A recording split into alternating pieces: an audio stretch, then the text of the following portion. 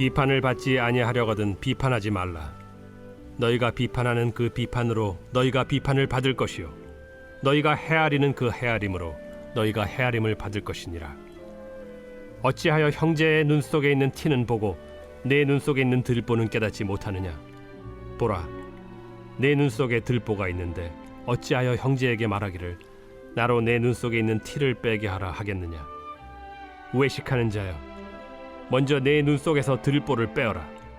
그 후에야 밝히 보고 형제의 눈 속에서 티를 빼리라. 거룩한 것을 개에게 주지 말며 너희 진주를 돼지 앞에 던지지 말라. 그들이 그것을 발로 밟고 돌이켜 너희를 찢어 상하게 할까 염려하라. 구하라, 그리하면 너희에게 주실 것이요 찾으라, 그리하면 찾아낼 것이요 문을 두드리라, 그리하면 너희에게 열릴 것이니 구하는 이마다 받을 것이요 찾는 이는 찾아낼 것이요 두드리는 이에게는 열릴 것이니라. 너희 중에 누가 아들이 떡을 달라 하는데 돌을 주며 생선을 달라 하는데 뱀을 줄 사람이 있겠느냐? 너희가 악한 자라도 좋은 것으로 자식에게 줄 줄 알거든 하물며 하늘에 계신 너희 아버지께서 구하는 자에게 좋은 것으로 주시지 않겠느냐? 그러므로 무엇이든지 남에게 대접을 받고자 하는 대로 너희도 남을 대접하라. 이것이 율법이요 선지자니라. 우리 사랑하는 브릿지 가족 여러분, 그리고 오늘도 말씀을 묵상하는 큐티의 자리를 믿음으로 지켜가시는 소중한 성도 여러분, 오늘 하루 여러분의 인생 가운데에 하나님의 동행하심이 함께하는 축복이 있기를 간절히 축원합니다. 우리 1월 27일 화요일 마태복음 7장 1절부터 12절의 말씀을 중심으로 나는 판단자가 아니라 동행자입니다 라는 제목하에 오늘 주신 말씀 함께 묵상하기를 원합니다. 여러분, 에덴 동산이 만들어지고 난 이후의 사람들의 삶을 보면 불안이라고 하는 것이 어떻게 보면 인간의 기본 조건이 된 상황 가운데 살아가는 사람들의 모습이다라고 볼 수 있을 겁니다. 자, 그러다 보니까 불안이라고 하는 것을 늘 품고 살아가는 것이 우리 인간의 기본적인 삶이다 보니 사람과 사람 사이에 크고 작은 갈등을 경험할 수밖에 없는 것이죠. 협동보다는 어떤 경쟁이 삶의 원리가 되고 있는 도시라고 하는 어떤 특별한 장소에서는 더욱더 이 갈등의 삶이 확연하게 드러날 수밖에 없다라는 겁니다. 여러분, 창세기의 말씀에 보면 가인과 아벨도, 또 이스마엘과 이삭도, 또 에서와 야곱, 그리고 요셉과 그의 형제들의 갈등과 화해의 이야기를 우리가 기억할 수 있지 않겠습니까? 한정된 재화, 또 한정되어져 있는 그러한 자산을 우리가 함께 분배하게 될 때 반드시 그 안에 저는 갈등이 일어나게 마련입니다.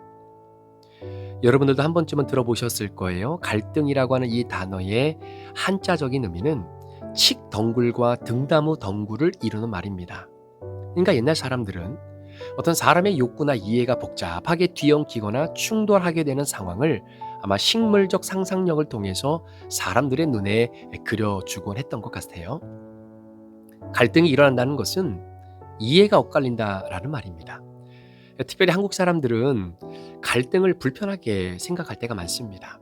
의견이 다르면 합리적 토론을 통해서 모두가 받아들일 수 있는 바른 길을 찾아가기보다는 그 차이를 무마하는 길을 모색하기도 할 때가 너무나 많아요.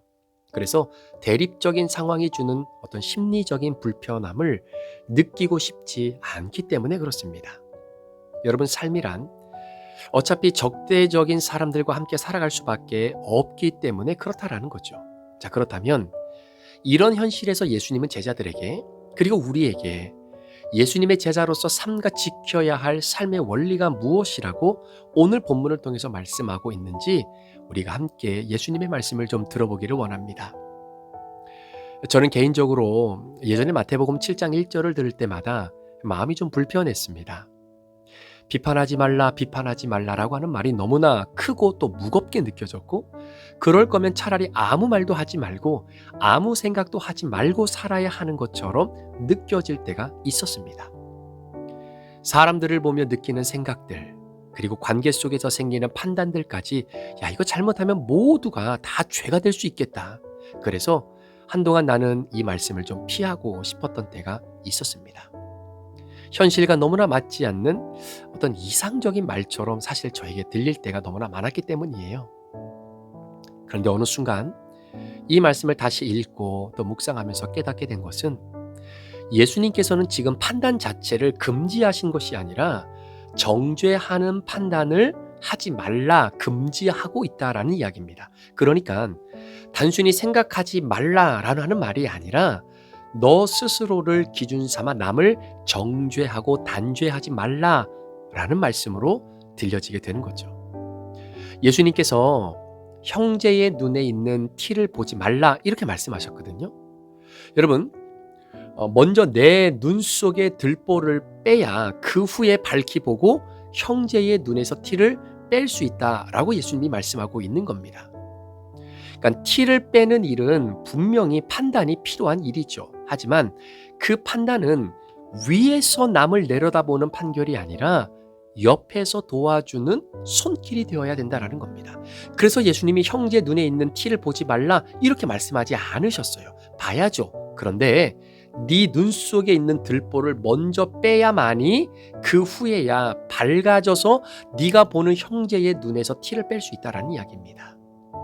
돌이켜보면 저는 참 쉽게 사람을 규정해 왔던 때가 있었던 것 같아요. 말 몇 마디 한번 나눠보고 태도 몇 가지를 한번 이렇게 보고 이 사람의 인격 전체를 그냥 판단해 버리는 겁니다. 아유, 저 사람은 원래 저래. 저 성격은 안 바뀌어. 그런 말들은 너무나 자연스럽게 제 입 밖으로 나올 때가 있었지만 사실 그 말 속에는요, 은근한 내 자신의 우월감이 들어있는 것, 여러분, 우리는 인정해야 될 것 같아요. 나는 괜찮고 너는 문제 있다라고 하는 이러한 구조, 그것이 바로 오늘 예수님께서 우리에게 말씀하고 있는 판단하지 말라, 정죄하지 말라라고 하는 정죄의 방식이었습니다. 여러분, 다른 사람을 정죄한다는 것은 언제나 기준이 낮지요. 내가 갖고 있는 경험, 내 가치관, 내가 가지고 있는 신앙의 수준, 그리고 그 기준에 맞지 않으면 틀린 사람, 너는 부족한 사람, 고쳐야 할 사람으로 분류해버리는 겁니다. 하지만 이상하게도 여러분, 내 자신에 대해서는 늘 관대하다라는 이야기입니다. 내 실수에는 사정이 있고 내 약점에는 이유가 있고, 그러나 남의 실수에는 맥락이 없고 남의 약점에는 인내가 없다라고 판단해버리는 우리의 부족함을 함께 바라보게 되는 거죠. 자, 마태복음 7장 말씀을 계속 이렇게 묵상하다 보면 예수님이 갑자기 구하라, 찾으라, 두드리라 이렇게 말씀하십니다. 처음에는 갑자기 이 말씀이 왜 여기서 나오는가 이해가 되지 않았는데, 그런데 문맥을 가만히 따져보니까 이 말, 그러니까 구하라, 찾으라, 두드리라 라고 하는 이 말은 결국 내 자신에 대한 이야기입니다. 여러분, 우리는 전부 구하며 사는 사람들입니다. 용서를 구하고요, 기회를 구하고 은혜를 구하며 살아가죠. 그런 존재들이면서 다른 사람들에게는 소위 판사처럼 굴고 있다라는 거예요. 여러분, 생각해보면 저는 하나님 앞에 늘 부족한 자로 서 있는데 사람 앞에서는 너무나 쉽게 평가자의 자리에 설 때가 있다라는 겁니다. 하나님 아버지께 긍휼을 구하면서 사람에게는 정의를 요구해요. 그러나 예수님은 그 구조 자체를 뒤집으신다라는 사실입니다. 어떻게 뒤집으십니까? 너희가 대접받고 싶은 대로 남을 대접하라는 겁니다. 내가 하나님께 바라는 태도를 그대로 사람에게 먼저 보이라는 말입니다.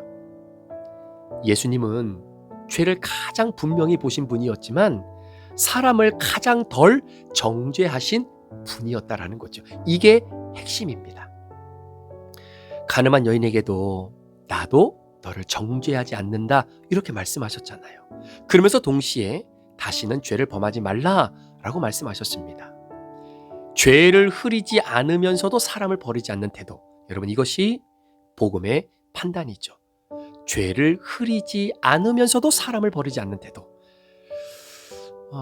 저는 이 말씀을 이렇게 받아들이게 됐는데요. 아무도 판단하지 말라라는 말씀이 아니라 판단의 자리를 착각하지 말라는 겁니다. 다른 말로 표현하면 나는 판사가 아니라 동행자다는 겁니다. 나는 선고자가 아니라 같은 회복의 길 위에 서 있는 사람이다라는 겁니다. 그러므로 말할 수는 있지만 내려찍을 수는 없다는 거예요. 지적할 수는 있지만 규정할 수는 없는 겁니다. 판단은 물론 필요하지만 정죄는 하나님의 몫이다라는 거죠. 저는 여전히 실수하고 여전히 넘어지고 여전히 은혜로 사는 사람입니다. 그 사실을 잊지 않는 한 우리는 적어도 사람을 정죄하는 자리에 서지 않을 수 있게 되는 것입니다. 사랑하는 성도 여러분, 혹시 여러분들은 선고자의 자리, 심판자의 자리, 아니면 재판자의 자리에 서 있을 때가 많으십니까? 아니면 옆에서 함께 그 길을 걷고 있는 동행자로서의 위치에 서 있으실 때가 많으십니까? 오늘 하나님께서 저와 여러분들에게 주신 이 마태복음 7장 1절부터 12절 말씀, 비판받지 아니하려거든 비판하지 말라. 너희가 비판하는 그 비판으로 너희가 비판을 받을 것이다 라고 하는 이 말씀, 여러분 정죄하는 자가 되지 않기를 소망합니다. 내가 가지고 있는 기준으로 다른 사람을 규정하는 자가 되지 않기를 원합니다. 이유는 저와 여러분들은 누군가를 판단하고 누군가에게 선고하고 누군가에게 어떤 규정을 내려줄 수 있는 위치에 있는 사람이 아니라, 오늘도 저와 여러분은 여전히 무엇을 구하고 그리고 무엇을 두드리고 무엇인가를 찾아내야 하는, 즉 하나님의 은혜를 받고 살아가야 되는 사람들이라는 것이죠. 여러분, 정죄하고 단죄하는 것은 우리의 몫이 아니라 하나님의 몫이다라는 사실을 다시 한번 기억하면서, 오늘 나는 판사의 자리가 아니라 동행자의 자리, 선고자의 자리가 아니라 같이 회복의 길에 서 있는 사람의 위치임을 다시 한번 판단하면서, 오늘 예수님이 우리에게 경고성 메시지로 주신 이 말씀을 다시 한번 마음속에 깊이 각인하며 오늘도 내 이웃에게 회복의 메시지를 전해줄 수 있는 저와 여러분의 삶이 되시기를 우리 구주 예수 그리스도의 이름으로 간절히 축원합니다. 기도하시겠습니다. 하나님 아버지, 우리는 늘 하나님께 구하는 존재입니다. 우린 늘 하나님께 두드리는 존재입니다. 그 말은 내가 누군가를 정죄하고 단죄할 수 있는 그러한 자격이 하나님 나에게는 없습니다. 우리 사랑하는 성도들의 삶에 이런저런 사람들과 함께 연합하여 하루의 삶을 살아갈 때, 오늘 주신 말씀을 기억하고 내가 혹 누구를 판단하고 정죄하는 위치에 서 있었던 나의 모습을 발견했다면 주님 회개하고, 정말로 내가 그 회복하고자 하는 사람과 같은 선상에 있는 사람이라는 것을 늘 잊지 않도록 성령께서 역사하여 주시옵소서. 우리는 여전히 실수하고 여전히 우리도 넘어지고 여전히 은혜가 없이는 살아갈 수 없는 사람이라는 것을 다시 한번 오늘 말씀 앞에 깨닫고, 하나님 정죄하는 자리가 아니라 함께 세워나가는 회복의 자리, 우리 성도들의 삶을 통해 펼쳐지게 하여 주옵소서. 감사를 드리며 예수 그리스도의 존귀하신 이름으로 축복하며 기도합니다. 아멘.